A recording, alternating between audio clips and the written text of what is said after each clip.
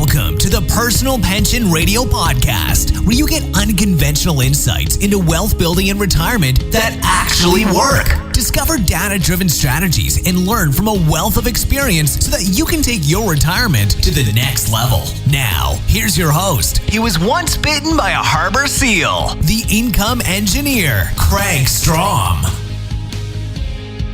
Okay, we are back live on Personal Pension Radio. Personal Pension Radio, broadcasting at your leisure and recording live, of course, here in Mr. Foley's van, parked actually out in front of the offices here in South Corona. So we're taking it easy today. We're not doing a lot of traveling today, just getting through the early part of this new year. Hope you're doing well. Thank you again for being here on the Personal Pension Radio audience. Fantastic group of people. We've had some awesome questions coming in from all over the place these days, and we really appreciate our listenership. We appreciate all the support and the great questions. Those of you who are new to Personal Pension Radio, what is it all about? Well, there is a retirement income crisis in America today as you think about the number of people retiring, the baby boomer generation, and those coming up to that retirement date. It's over 10,000 people a day. And this is the first generation to actually be heading into retirement under the 401k mantra, if you will. The 401k only came into existence back in the late 1970s, and that became, for example, the primary retirement savings vehicle for many people. As pensions disappeared, the 401ks and IRAs and Roth IRAs became the primary retirement vehicle. And what we're finding today is great disappointment. Very much an uncertain situation for folks who are trying to retire now, this first generation trying to retire on the 401k alone. Because when you look at retirement, whatever retirement means to you, we need income, right? We need to optimize our retirement income. And here's the thing. Optimizing retirement income does not happen with a product. It doesn't happen with a mutual fund. It doesn't happen with life insurance or real estate or annuities or gold.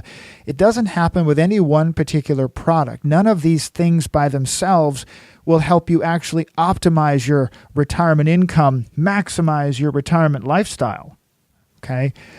It's not until you actually have an integrated approach where you weave all of these things together, when you weave these things together properly, that you can actually achieve maximum retirement income. So the name of the show might indicate to most people, Personal Pension Radio. How do you build yourself into a situation where you can have a pension-like income and have security to be able to enjoy your lifestyle in retirement? So before I jump into the couple of segments I want to cover today, another short disclosure. Those of you who listen to the show, you're familiar with this. I am not an attorney. I'm not a CPA. I am a certified financial planner professional. Okay? But that does not mean that you should act on advice or things that you hear on my show or anyone else's show for that matter. I don't care if they're the number 3 talk radio show host in the entire country and they've got the great big microphone.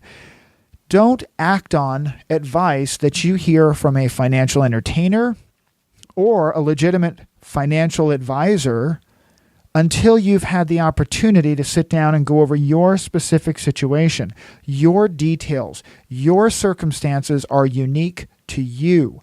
And you really shouldn't be acting on financial advice that you hear from a friend at the gym or in Money Magazine or on a podcast or on a television show unless you've actually sat down to speak with someone about your situation. There's lots of moving pieces there. It's important that you keep that in mind. So I want to jump into this first segment I call Watch Your Step. So watch your step. Be aware of what's around you in the financial world and all the various different things that are being said out there. And this actually, I thought I would touch on this because I haven't actually covered some of these basic fundamental discussions that I'm going to go into here in the second section of the show today. But I want to talk about conventional wisdom. Conventional wisdom. Who says that conventional wisdom is right? And I remember one of my favorite comedians from years ago, Gallagher. I remember Gallagher had some just interesting, provocative questions in his comedy routine, and I've added my own to this, but Gallagher said, "What makes Teflon stick to the pan?" Right? What makes Teflon stick to a pan if it's non-stick? How does a cowboy need to wear two spurs? If one side of the horse goes, doesn't the other side of the horse go? Right? Why do they call them buildings when they're already done building them? Shouldn't they call them built? Right? How is it that a TV set, you only get one? You only get one TV. So here's another that a friend of mine posed. How long was the 100-Year War? It was 116 years long. What color is the black box? It's orange. And why are there interstate highways in Hawaii? Okay. Conventional wisdom. We think about things that just sort of take them for granted. What I'm encouraging you to do here is stop and ask questions. So when we get into the financial conventional wisdom, the first one that came to mind for me today was a conversation that I had at my Rotary meeting. I was speaking with somebody prior to the Rotary meeting, and he asked, or he had mentioned that he was in the process of refinancing his house. Now, very successful business person, process of refinancing his house, and he says, I'm going to a 15-year mortgage. And I said, why are you doing that? And my question was just, I thought, quite simple. Why are you refinancing to a 15-year mortgage? And he looked at me as if I should just know the answer to that, because conventional wisdom says your 15-year mortgage is better. He should pay off his house. And that prompted another question from me. And I said, is that your forever home? He said, what do you mean? I said, is that your forever home? Is that the house that you plan to live in forever? Oh, no. When our kids are grown up, my wife and I are going to be moving back east. Oh, so you're going to sell the house? Oh, yeah, but not for a long time. So his conventional wisdom told him that a 15-year mortgage was better. However, if you stop and you thought about it for a second and said, well, gosh, what if you got sick and you weren't able to work? What if the economy turned south and you got sick and you weren't able to work? Could you pay your 15-year mortgage like a 30-year mortgage? No. He said, well, no, I couldn't. Well, if you lost your job and you couldn't work and you were disabled, you could go into the bank and ask them to refinance your house into a 30-year mortgage, right? Well, he said, I guess maybe it would be a little more difficult to refinance if I wasn't working. And I said, so is a 15-year mortgage a safer place for you to be with your family, or is it perhaps a bit more risky? And you could see, he's like, oh, I get it. And yet, conventional wisdom told him just flat out, without a doubt, 15-year mortgage is better. And also because he had heard that from a financial entertainer that he saw at church that said 15-year mortgage is better. But he had never actually thought through that conventional wisdom, that mainstream advice. And when he started thinking about it, you could tell that he was registering in his mind that he was about to make a mistake, that a 15-year mortgage really wasn't right for him in his personal situation. Okay. Conventional wisdom that is put out there by a lot of folks nowadays, including some very prominent financial entertainers who are just better than they deserve, says that all debt is bad. All debt is bad. And yet, I sat with a prospective client recently who was asking me questions about how to buy a particular real estate investment. Just wanted to get my opinion. I'm not a real estate agent. I don't do loans or buy or sell houses, but I am a financial planner professional. So the conversation came up, and this couple wanted to kind of test the waters to see what my opinion might be and my recommendation would be. So I turned it around and asked him a question. Well, how do you feel that you should purchase this rental property? Well, the answer that came back was not their own answer, but conventional wisdom that they had heard from a couple of different sources that had been influenced by one particular financial entertainer. And they said, well, we're thinking we're just going to pay cash. We're going to go ahead and pay cash for that piece of real estate. Oh, okay. And I said, do you feel like that's going to put you in a stronger, more secure position? And we went through all of that. And I asked them, would you be interested in knowing what your actual rate of return might look like if you did an all cash transaction versus getting a mortgage? And they said, well, yeah, for sure. They'd never really thought about it. They just assumed that because they had heard this advice from what they thought was reputable sources, that that's just good conventional wisdom and we should just do it that way. So what we did then is we actually just ran a very detailed analysis that I will do for real estate investors. I personally like real estate, so I have a very detailed analysis tool that I use to analyze a real estate deal. So we ran their analysis at a all cash transaction, and if they get the mortgage that they want, or the rent payment, if they get the rent payment that they want, and a good tenant, and they hold on to the property for a certain period of time, they get about a 9% return after fees and expenses and taxes, et cetera, et cetera. They get about a 9% return. And then we ran that same exact transaction, and we used a mortgage for the bulk of the purchase. So about 80% of the purchase, we used a mortgage for it. Well, now the rate of return on that exact same property went from 9% to over 25%. How in the world did we jump from a 9% to a 25+% return? Well, it was easy. How much of their money was in the deal? Very little. That if very little of your own money compared to the size of the asset is actually in the deal, your overall rate of return is better. And if you have a good tenant, who's paying the mortgage? Right, the tenant is paying the mortgage. So if you can have a good tenant in a rental property paying the mortgage, it's often much more efficient, safer, and protected position to have a properly structured mortgage on a rental property, and you get a bigger rate of return. It doesn't happen that way all the time. Every single property and situation and investment is different. But remember, the conventional wisdom was all debt is bad. Well, clearly it's not. When it's applied correctly in the right situation, debt can turn a good investment into a great investment. It just has to be done carefully. Okay? How about this conventional financial wisdom? This is one that says that your allocation of bonds and stocks, your investment allocations, should mirror or coincide with your age.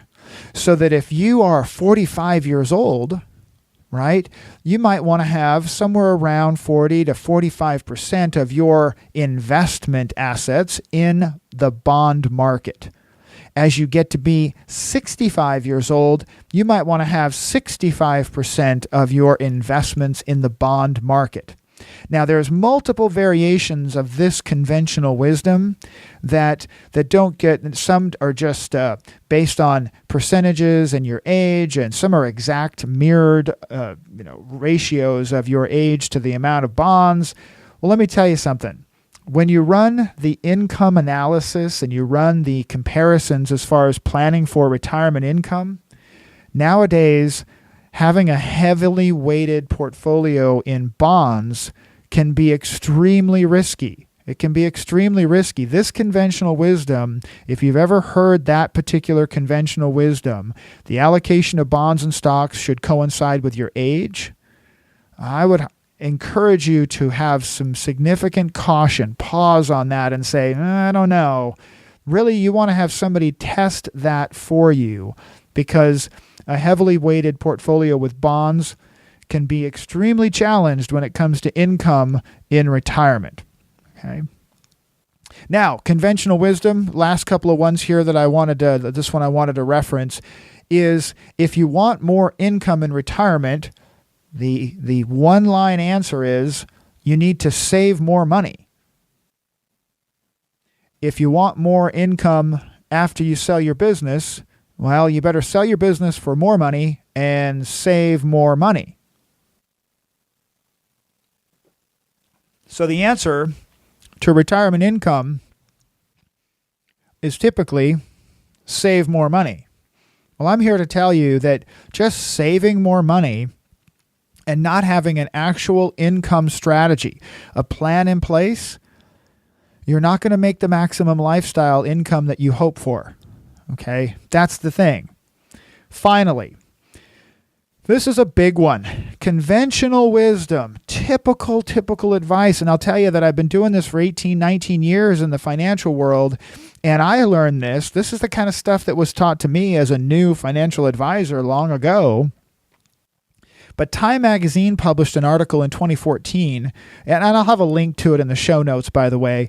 But they published an article that said, in the article, most retirees spend 117% of their current expenses after they retire. Wait a minute. Conventional wisdom and the typical advice says you should be able to live on 70% of your pre-retirement income. Pre-retirement income, 70%. So you should be able to take a 30% cut in your income, your cash flow.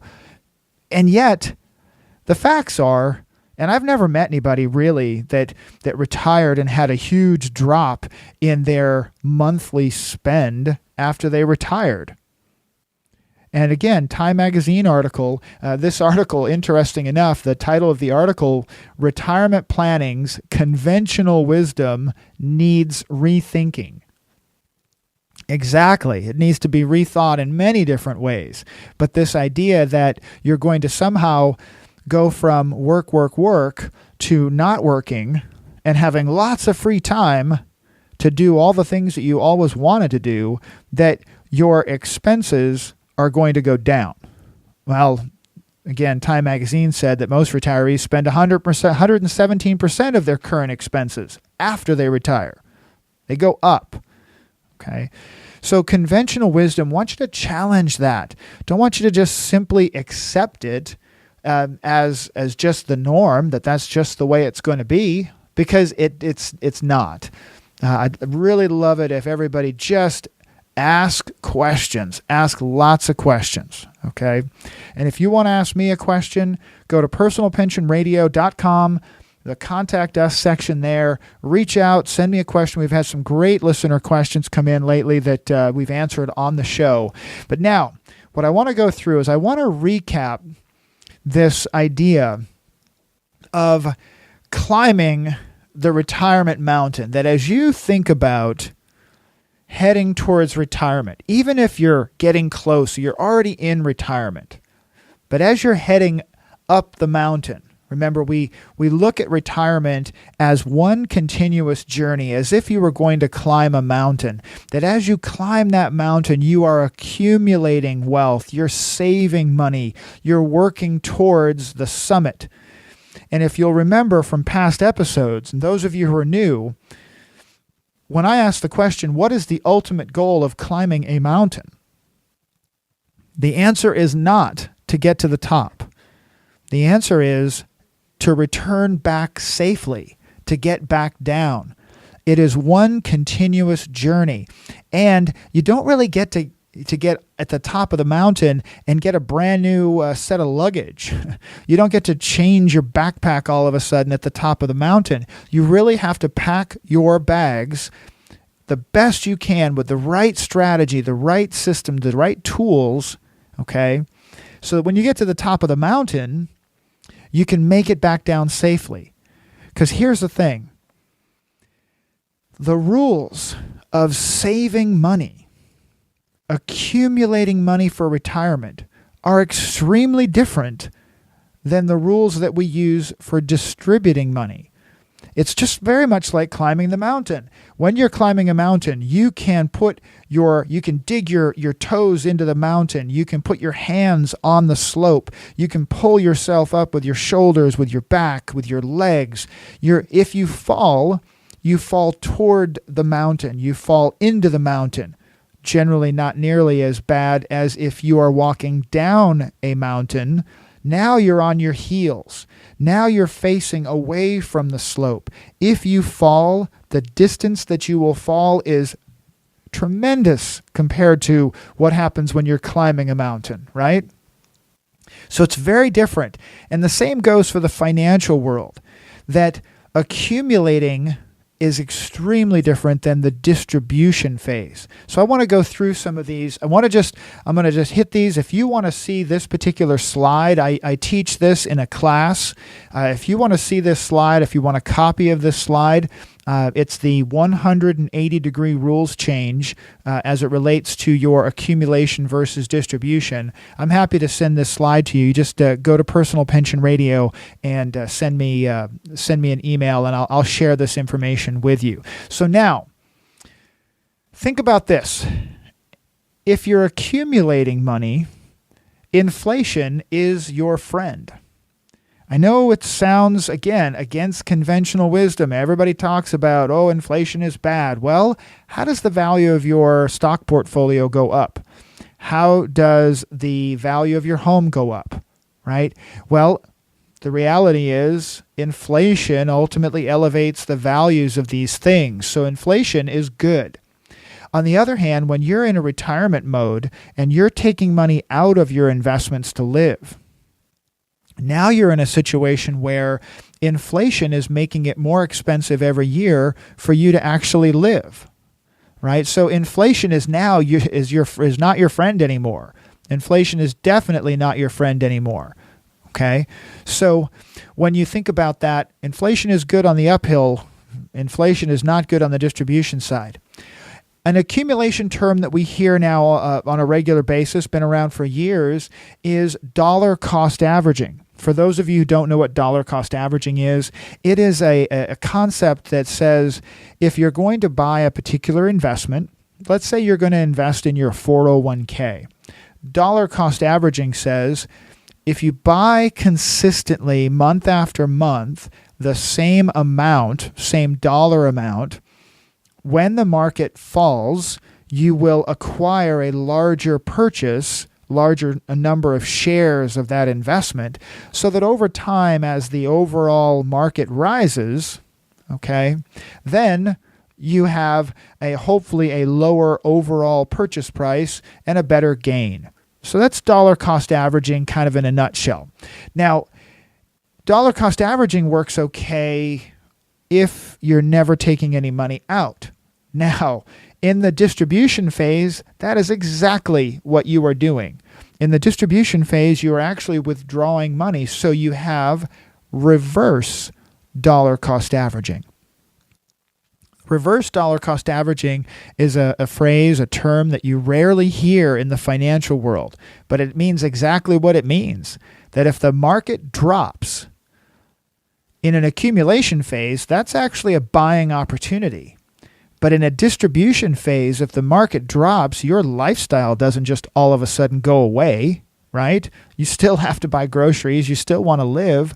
But now you have to draw money out of your retirement assets at the wrong time.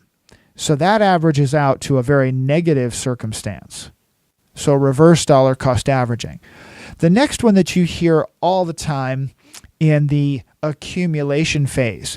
And this is one of the biggest bones that I have to pick with some of the most prominent financial entertainers out there on the radio and TV and podcasts, is they use average rate of return.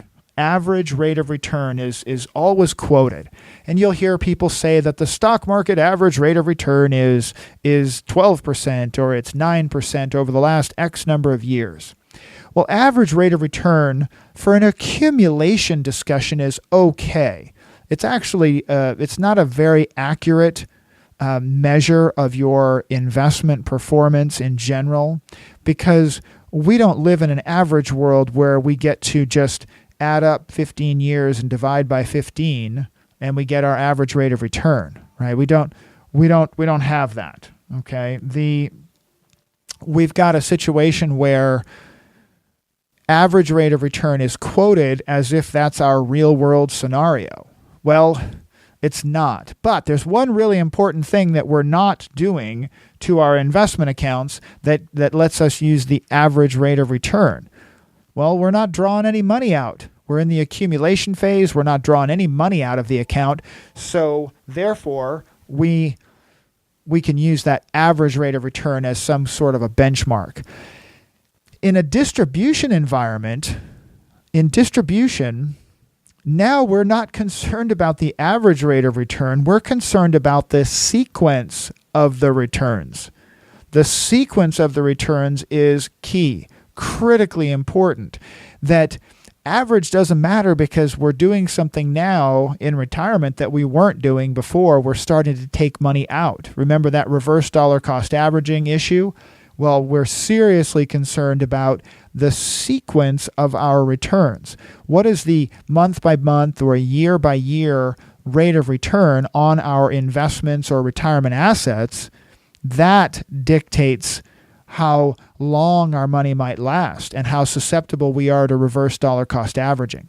So average rate of return does not apply in a distribution environment.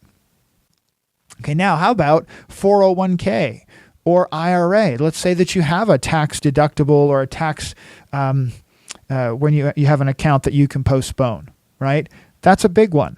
Okay, so you've got that the ability to balance the scales, okay, with a tax deferral, right? So now in distribution years, you don't have a tax deferral option anymore. You're not putting money into an IRA or a 401k, right? Okay. So that's a very important piece. Okay. So when you look at this, remember the rules of distribution completely different than the rules of accumulation. And if you want to know more about that, we've got a lot of information we can share. There's a free report on our website at personalpensionradio.com that you've just got to check out. The free report at personalpensionradio.com is the Optimizing Retirement Income. It is by Dr. Wade Pfau, an extremely valuable piece of information. Get over to Personal Pension Radio, download that, and if you have questions, please remember, contact me directly. Let's chat. I work with folks all over the country using technology, so geography is not necessarily a boundary that we have to worry about. As long as you're not in New Zealand. I'm not licensed in New Zealand yet, right? So thank you again for being here. Thanks again for being on Personal Pension Radio. And we'll talk to you again real soon.